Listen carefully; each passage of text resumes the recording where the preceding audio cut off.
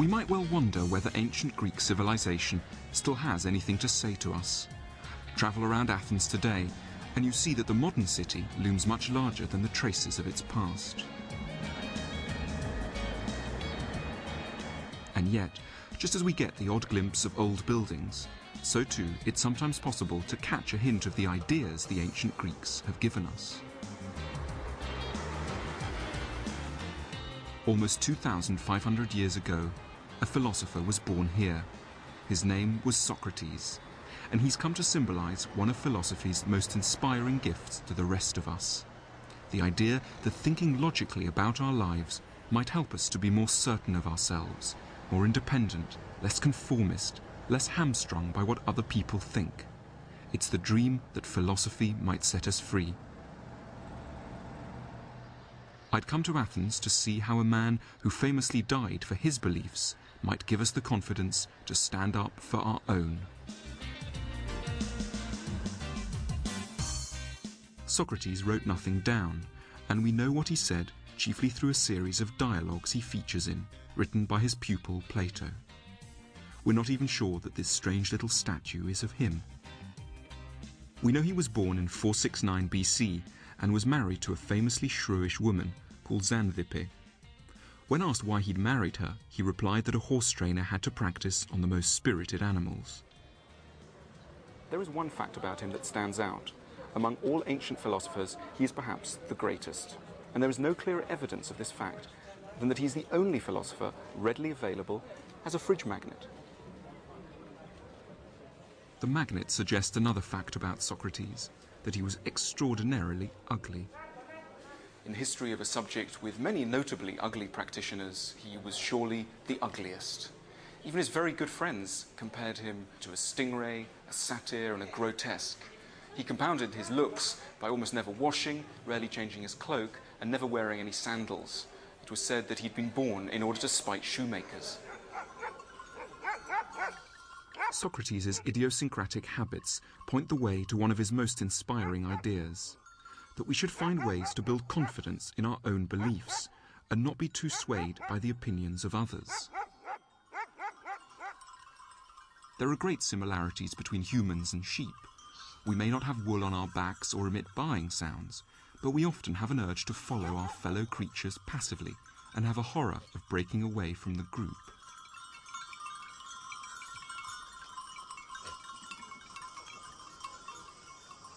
Why do we follow sheepishly behind other people, particularly important other people? Largely because we imagine they must know what they're talking about, and so we trot along behind them.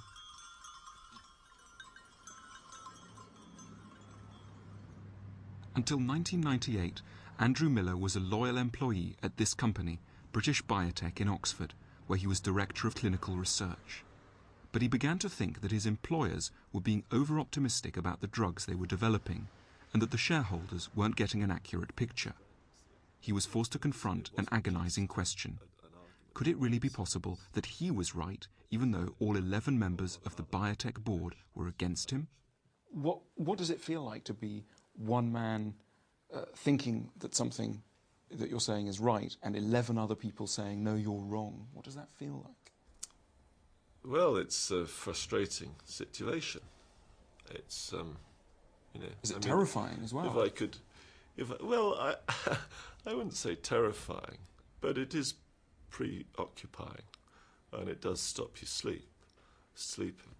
And you do, you know, your mind does start to play tricks on you that you know, do make you doubt your sanity to a certain extent, because you know, one's previous experience in a democracy is overall, you know, the majority tends to have a certain amount of right on its side. And to be honest, in a lot of ways, I was at my wit's end. I used to sit in my office, clutching my temples, thinking, have I got this wrong? You know, am I misinterpreting these things? I mean, the science and the technology can be thought of as complicated and confusing. But for me, it's my everyday work, and I understand it well. And you start doubting your own sanity. You think, why is it? Why do I think this, and these 11 guys who are on the board think differently? Tell me a bit about the pressure to conform in a company like British Biotech. Well, I think in all companies there are pressures to conform. There are cultures in all companies. you know, these are people who you like and who you're working with. And actually what you want to do is to, you know, appease them. They're your bosses. You are wanting to appease them. You are wanting to help them. You are wanting to work with them. You want to be friends with them. I did not have sexual relations with that woman, Miss Lewinsky. The first reason why it's hard to feel confident in Andrew's situation is that we tend to accept that people in authority must be right. The European community has said this beef is utterly safe. It's this assumption that Socrates wanted us to challenge, by urging us to think logically about the nonsense they often come out with, rather than being struck dumb by their aura of importance and air of suave certainty. Start a fight to cut out the cancer of bent and twisted journalism in our country, with the simple sword of truth and the trusty shield of traditional British fair play, so be it. In deciding when to follow prominent people and when to disagree with them, Socrates had one huge advantage over us. He could always talk to them in person. Athens in his day had a population of just 150,000, and all the citizens came here to the Agora, the main market and meeting place of Athens. If you'd have visited in the 5th century BC, you'd have been likely to see, amongst the bustle of the city, a rather curious, ugly figure, because for most of his adult life, Socrates got up at dawn and came to spend the day amongst the shopkeepers and merchants who had their stalls here. It wasn't just local people who came to this spot. It was also the most important people in Athenian society, so that you could meet here at any point in the day, probably, as it were, the opinion formers, the great military generals, the great statesmen, the important rhetoricians, the aristocrats. They could all be found here. And what Socrates did, rather than just idly chatting to people, he would go up to these very important people and ask them great questions on life. He'd basically ask them to explain why they were living the kind of life they were leading. And what happened is that he found there were surprising inadequacies in their understanding of the way of life they were leading, so that wealthy people couldn't really explain why they had money and others didn't. Military generals couldn't explain why they fought battles in a certain way. And I think we take away from this a fascinating lesson, which is that if you have the luck, or at least the courage, to go up to important people and question the way that they're leading their lives, you might be able to find surprising inadequacies of which their very confident demeanour gave absolutely no indication.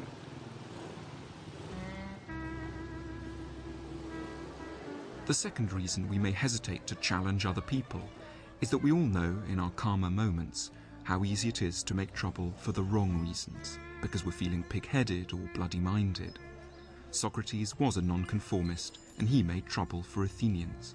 But he wasn't motivated by an arrogant wish that everyone should do things his way, nor by the kind of willful eccentricity we might think of when we hear that he went around barefoot and never washed his cloak. What makes his nonconformity valuable is that it was motivated by the desire to find the truth and challenge lazy assumptions, rather than the wish to make trouble. So this is roughly what Socrates would do. He'd walk down the main streets in the marketplace of Athens and go up to people and ask them large questions about the meaning of life, which is, in a way, a very fascinating thing to do and also a very irritating thing to do. If you ask people to explain their beliefs, they'll tend to react with aggression a lot of the time. We'll see what happens here. Excuse me, can you tell me, what do you think justice is? That's a little hard to say. It is. It's a big question.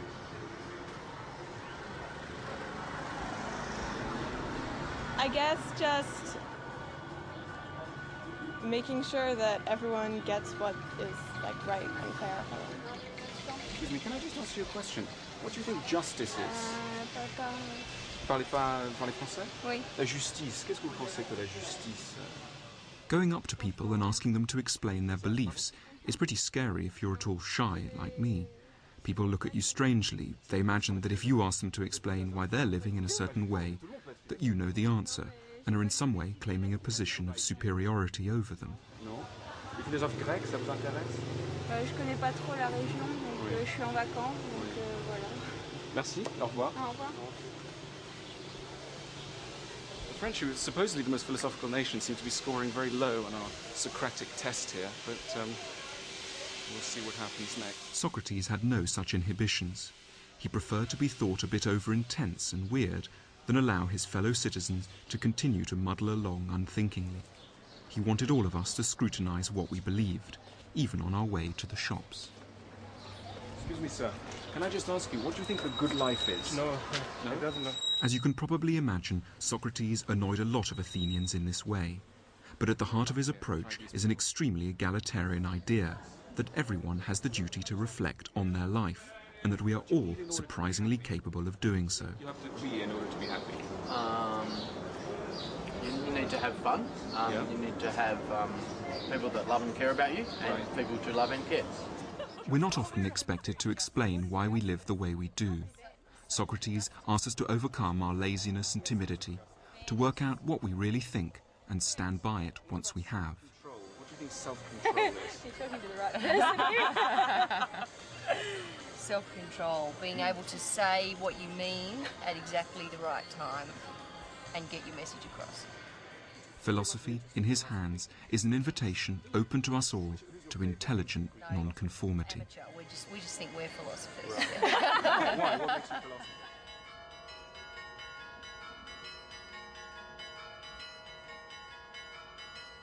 Socrates doesn't just give us the confidence to challenge prevailing ideologies, beliefs and traditions. He also offers us a way to develop beliefs of our own, which can help us to strike out from the crowd. And the way to do so is to put them through a rigorous test which he devised. If our opinions can survive Socrates' test, then they will truly be worth standing up for. The reason why there are a lot of woolly or at least imprecise ideas out there in the world is that many people imagine that you can come up with a good idea without thinking too hard about it. Socrates thought this was crazy, and to bring out the insanity of this position, compared thinking to potting. And no one would imagine that you could make a good pot without at least following some pretty rigorous steps. And yet many people imagine that you could come up with a good ethical idea, an idea on how to live your life, without thinking too hard about it. Socrates went further in his analogy. He actually came up with a distinct method, a Socratic method of thought. He identified 5 distinct steps which anyone who wanted to come up with a good thought would have to follow in order to do so. And these thoughts can roughly be summarized as follows. Firstly, look around you for statements that many people would describe as plain common sense. For example, that the best jobs are those which are most highly paid, or that happiness comes from being married. Secondly, try and find an exception to this. Could you ever be married and yet unhappy? Or could you ever be in a very well-paid job and yet miserable? Thirdly, if an exception to this statement is found, it must mean that your statement is false or at least imprecise.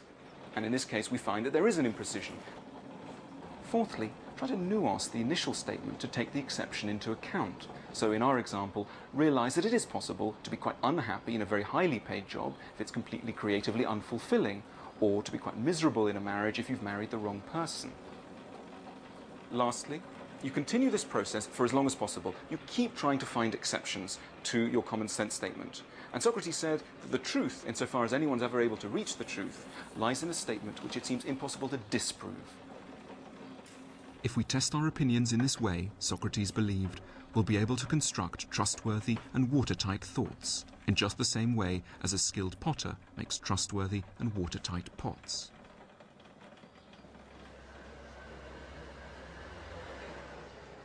The point of Socrates' method is that it makes you far less passive, less inclined to follow the other sheep.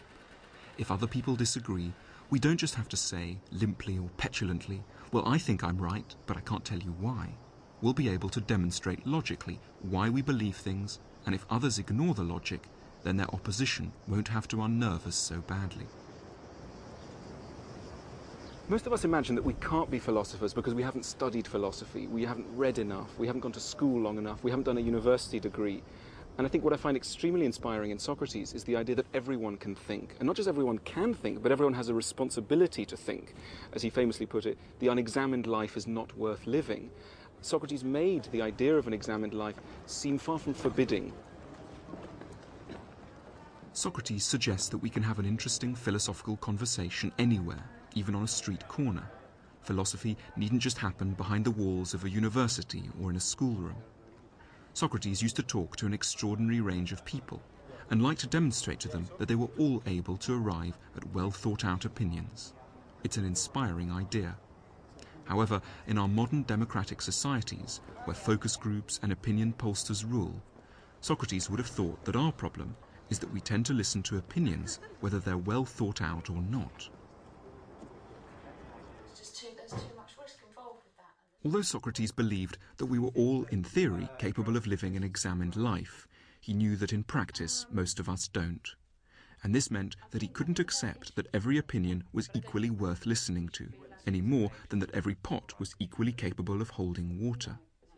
Strange as it may sound to modern ears, and even though he lived in the very cradle of democracy, Socrates had the gravest reservations about democracy, because he refused to accept that just because the majority supported an opinion, that made it right.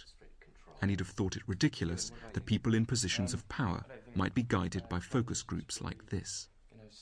Most important decisions in ancient Athens were taken according to the will of the majority. Once a month, the whole citizen body would be asked to gather at the foot of the Acropolis and talk about all the important issues facing Athens. And we find exactly the same approach going on today in modern government and business. Polling organisations, rather like this one, gather groups of people and ask them what they think, and then important decisions are taken according to the will of the majority. I think Socrates would have disagreed violently with what's going on in there. He would have objected not just to the decor, I think, but also to the whole approach, which is that the will of the majority should decide an issue. In his eyes, what matters is whether an argument is logical, is reasonable. That's the way that we should make decisions, not according to the will of the majority. Believing that the majority can be wrong and being sure when you are right still doesn't make it easy to hold a minority opinion, particularly when your livelihood's at stake. So what gave Andrew Miller the confidence to stand up against his employers, even though it was to lead him into a bitter battle in the media and the law courts? Yeah, I mean, you can only see the world with your own eyes. You can try to understand what other people are thinking, and sometimes you can. You know, there are definitely times when someone has some strong views that are quite different from yours, that you respect. You see the basis for them. But that's different from being wrong. You know, I think we can accommodate a lot of differing views, but from my point of view, if I do see things that are wrong, I do find it very frustrating. Socrates died for his beliefs. How far were you prepared to go for yours? Well, I think there's a big difference between being an individual and having a family. And once I was put into the media war and into the litigation, I was aware that, you know, I was at war, but I had my children at my feet and my wife at my shoulder. And I really had no choice. And I started to realise that the only way out was forwards. And so, you know, we had to sort of fight our way out together. Litigation, it could have destroyed me. It was never going to kill me, but it could have destroyed me. And it wasn't a question of being prepared to go that far. That's just how far it finished up going. But, you know, fundamentally, with regard to sort of my own self-worth, I did think when I looked in the mirror in the morning when I shaved, you know, at least I think I've acted according to my conscience. I mean, in a murky situation.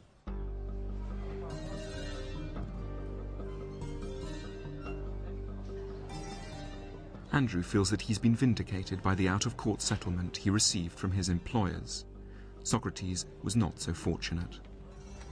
The one fact that people tend to remember about Socrates is that he faced a trial and that he was condemned to death.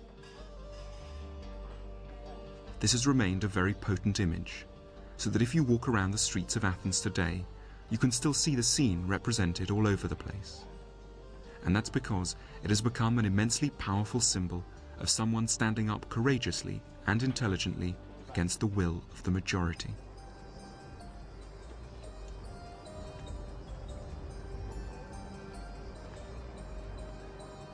The charge against Socrates was of having corrupted the youth of Athens and failing to respect the gods the city worshipped.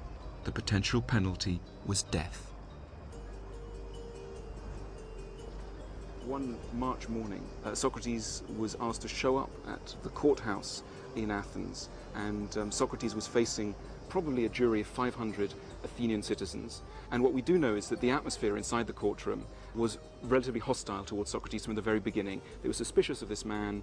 Many of them had been questioned by him before, and they were not on his side. So Socrates was really facing the possibility that he would die, and yet he didn't lose his nerve.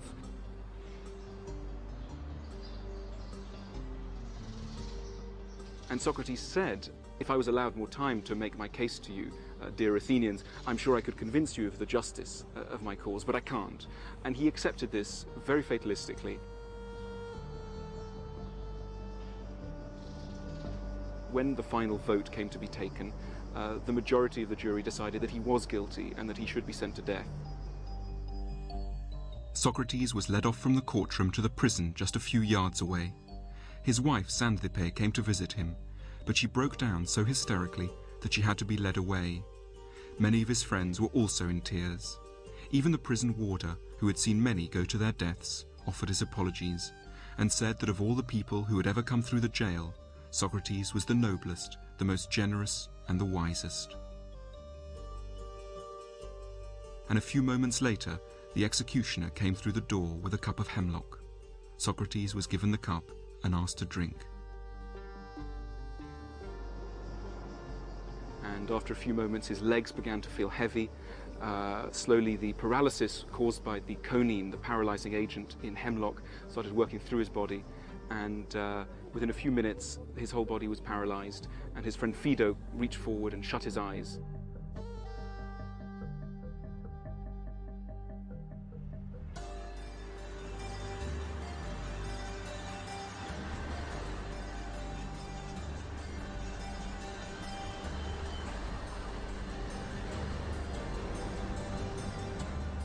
In Athens today, there's very little of the glory that was ancient Greece and that has inspired the world ever since. And yet, the ideas of Socrates live on. He was once asked where he came from, and he replied, not from Athens, but from the world. And he remains in many ways the global philosopher, born in Athens, but speaking his message to the whole of humanity. Of course, very few of us will be called upon to die for our beliefs. But Socrates makes us see that we all have the capacity, and indeed the duty, to stop following opinions passively, and instead to develop beliefs we can truly have confidence in. Though we're often reluctant to see it, all of us can make the transition from being a sheep to being a thinking person, that is, a philosopher.